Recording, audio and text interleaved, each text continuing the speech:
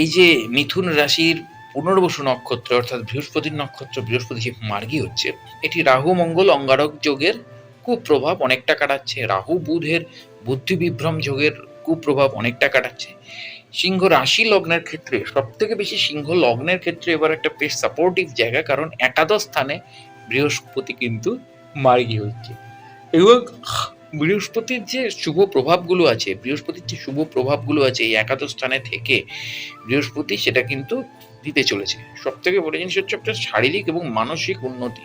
কারণ দেখুন, সিংহ লগ্নের সপ্তম স্থানে কিন্তু রাহু মঙ্গল চলছে, অর্থাৎ বিবাহের ঘর, পারিবারিক জায়গা, পার্টনারশিপের জায়গা। তো এক্স্যাক্টলি এই পার্টনারশিপ, মানে সেই পার্টনারশিপ আপনার দাম্পত্য জীবনেই হোক আর ব্যবসায়িক জীবনেই হোক, সেখানে যে গন্ডগোল, একটা মতবিরোধ চলছিল, এই একাদশ স্থানের বৃহস্পতি কিছুটা সেখানে একটা সাপোর্ট আপনাকে দিতে পারে।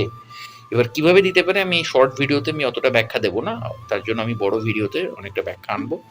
তো এবার যেটা হচ্ছে, শারীরিক এবং মানসিক স্বাস্থ্যের উন্নতি আপনার হবে। আর্থিক ক্ষেত্রে অনেক শুভ আপনি যোগাযোগ পাবেন।